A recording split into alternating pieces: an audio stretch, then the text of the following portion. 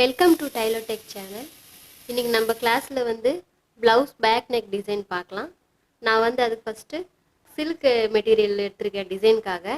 இது வந்து blouse sari blouse. இது எப்படி கட் பண்ணுறதுன்னு பார்க்கலாம். இந்த சில்க் கிளாத்தை வச்சு நெக்குக்கு டிசைன் கொடுக்க போகிறோம்.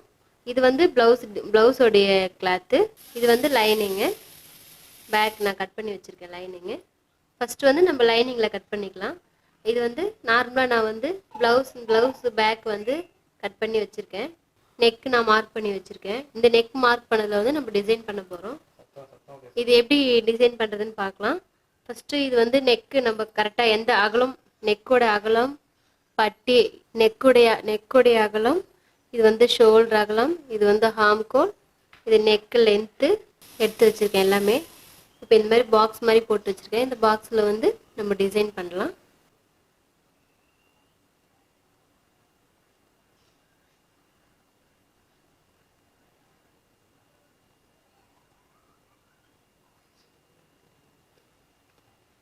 இந்த மாதிரி நம்ம ஒரு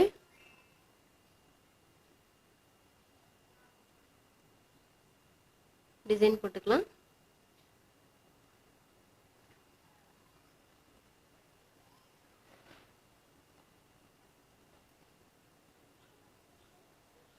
பாருங்க, நம்ம இந்த மாதிரி ஒரு டிசைன் போட்டு வச்சுருக்கேன். இது வந்து லைனிங் கிளாத்தில் போட்டிருக்கேன். இந்த லைனிங் கிளாத்தில் வந்து நான் கட் பண்ணி எடுத்துக்கிறேன்.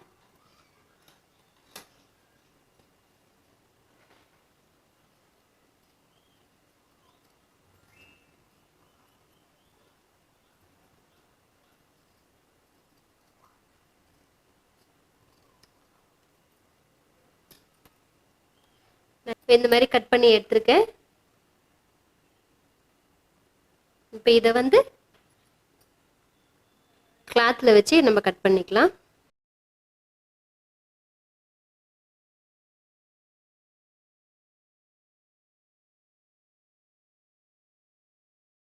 நான் இந்த மாதிரி கொஞ்சம் விட்டுட்டு கட் பண்ணியிருக்கேன். இதை தைக்கும்போது நம்ம கரெக்ட் பண்ணிக்கலாம். இப்போ இது வந்து நெக்கு நம்ம கட் பண்ணி எடுத்துட்டோம். இப்போ நம்ம இதை கட் பண்ணி எடுத்துருக்கோம் இல்லைங்களா, இது வந்து கேன்வாஸில் வச்சு கட் பண்ணிக்கலாம். பாருங்கள், நான் இந்த கேன்வாஸ் வச்சுருக்கேன், ரெண்டாக மடித்து வச்சுருக்கேன். கேன்வாஸ் மேலே வச்சு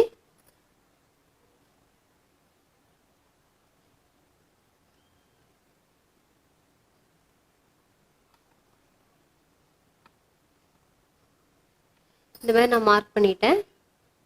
மார்க் பண்ணி எடுத்து வச்சுருக்கேன். இப்போ இந்த கேன்வாஸ்லேருந்து நம்ம மார்க் பண்ணதுலேருந்து அகலம் நம்ம எவ்வளோ வேணுமோ அந்த அளவுக்கு நம்ம மார்க் பண்ணிக்கலாம். நான் 1 இன்ச்சு மார்க் பண்ணிட்டு வரேன்.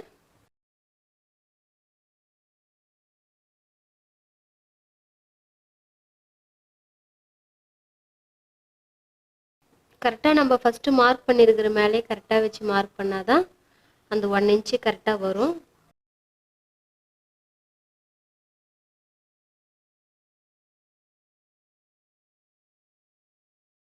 கேன்வாஸ் நான் இந்த மாதிரி மார்க் பண்ணியிருக்கேன். இதை நம்ம வந்து கட் பண்ணி எடுத்துக்கலாம்.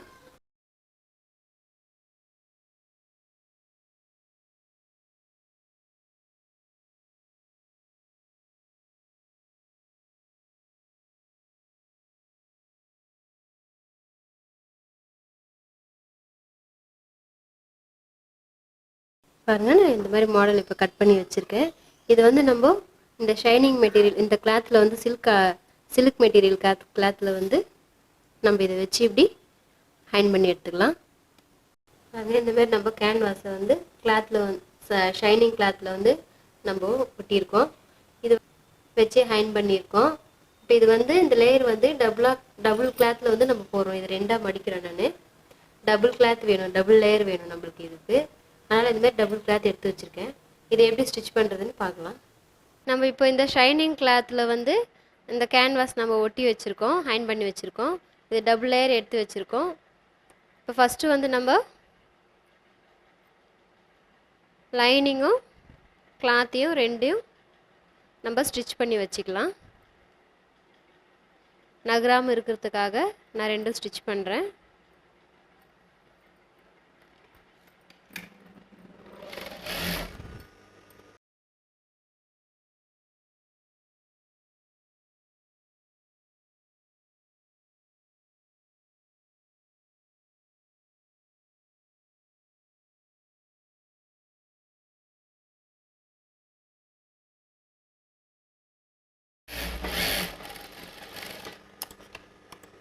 லைனிங் கிளாத்தையும் ப்ளவுஸ் கிளாத்தையும் ரெண்டாக ஒன்றா வச்சு ஈவனாக ஸ்டிச் பண்ணிக்கிட்டோம். நகராமல் இருக்கிறதுக்காக ஸ்டிச் பண்ணி வச்சுருக்கேன்.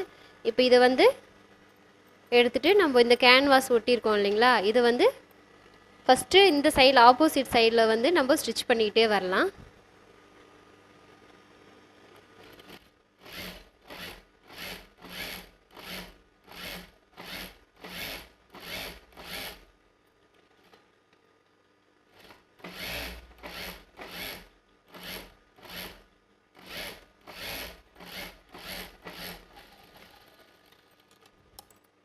இந்த மாதிரி நம்ம கேன்வாஸ் மேலே ஸ்டிச் பண்ணிவிட்டு நம்ம கட் பண்ணி எடுத்துடலாம்.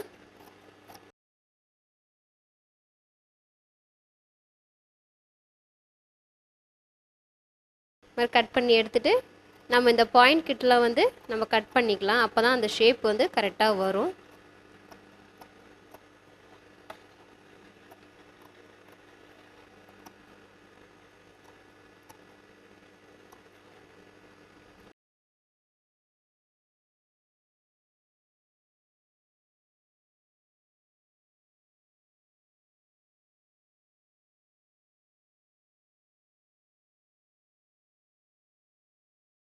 இந்த மாதிரி மாடல் நம்ம கட் பண்ணி எடுத்துட்டோம். கட் பண்ணிவிட்டு நம்ம இதை திருப்பிக்கலாம்.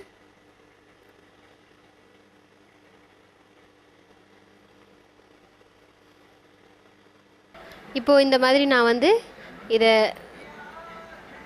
டர்ன் பண்ணி நான் நீட் பண்ணி வச்சுருக்கேன். இதை வந்து அப்படியே நம்ம கிளாத்தில் வச்சு ஸ்டிச் பண்ணுறோம். ராங் சைடு லைனிங் சைடு மேலே வச்சு நம்ம ஸ்டிச் பண்ணிக்கிட்டு வரலாம்.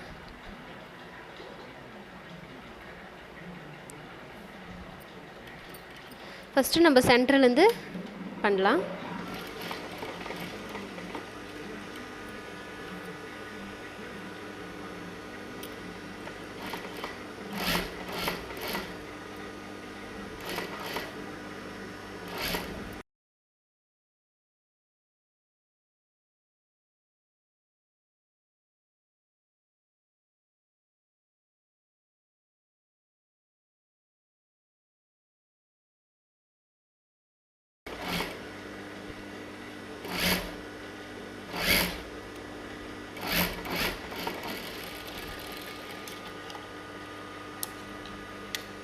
இந்த மாதிரி நம்ம ஈவனாக வச்சு லைனிங் மேலே வச்சு ஸ்டிச் பண்ணிட்டு வரலாம். இப்போ இந்த அர்க்காத் பண்ணிக்கலாம். நம்ம டேன் பண்ணும்போது கரெக்டாக வரணுன்றதுக்காக நம்ம கொஞ்சம் நாச்சு போட்டுக்கலாம்.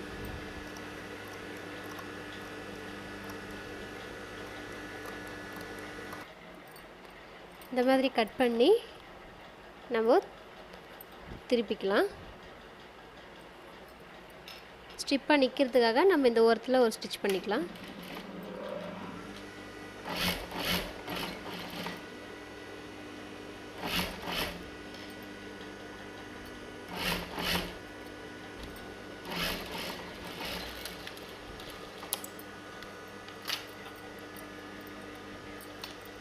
இப்போ இந்த மாதிரி நம்ம ஸ்டிச் பண்ணி வச்சுருக்கோம். இது வந்து நம்ம இந்த ஆப்போசிட் சைடு வந்து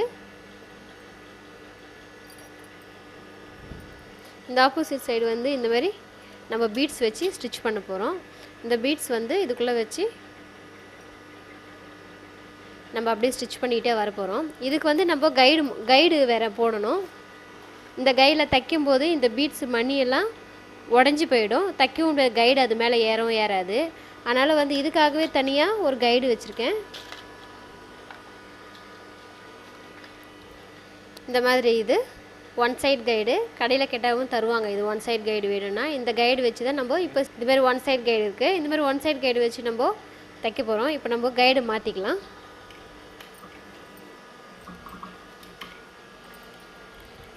இந்த கைடு நம்ம மேலே எடுத்துகிட்டு இப்போ இந்த கைடு பட்டனை வந்து நம்ம லூஸ் பண்ணி விடலாம்.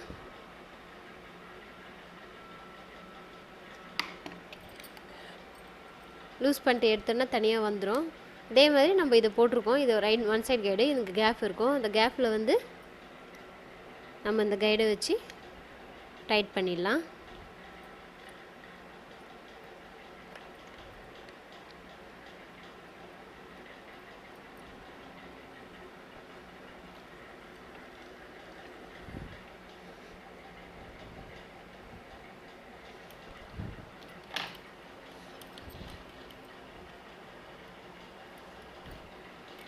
இது வந்து இப்போ ஒன் சைடு மட்டும்தான் இருக்கும், இந்த சைடு வந்து ஃப்ரீயாகவே இருக்கும். நம்ம இப்போ இந்த மாதிரி ஒன் சைடு கைட் போட்டிருக்கோம். ஒன் சைடு கைட் போட்டு இந்த கிளாத் வந்து உள்ளே போகிற மாதிரி இந்த பீட்ஸ் வந்து வெளில வர மாதிரி நம்ம வச்சு இந்த கிளாத் மேலே ஸ்டிச் பண்ணிகிட்டே வர போகிறோம்.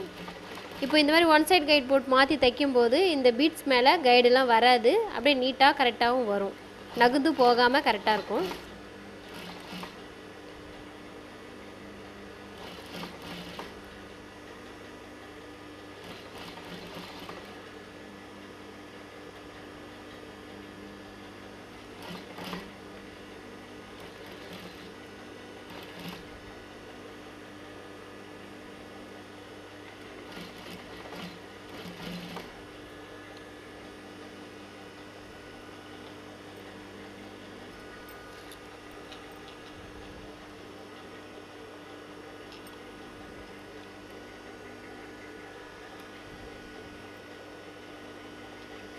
இந்த பாயிண்ட் கிட்ட வரும்போது மட்டும் நம்ம கரெக்டாக லைட்டாக உள்ளே தள்ளி இது பண்ணிக்கலாம்.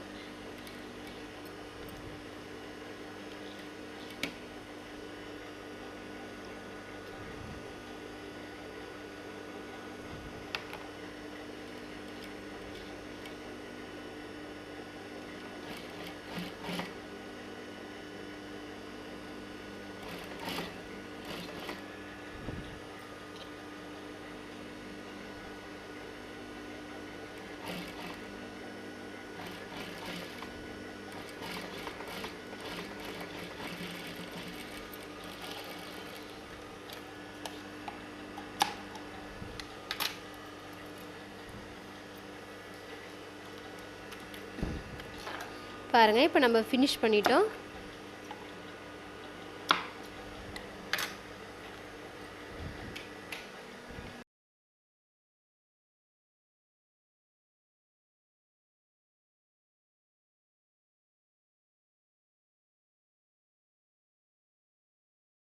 இப்போ இந்த மாதிரி நம்ம நெக் டிசைனில் வந்து இந்த மாதிரி பீட்ஸ் வச்சு தைக்கும்போது நல்லாவும் பார்க்குறதுக்கு நல்லாவும் இருக்கும், லுக்காகவும் இருக்கும்.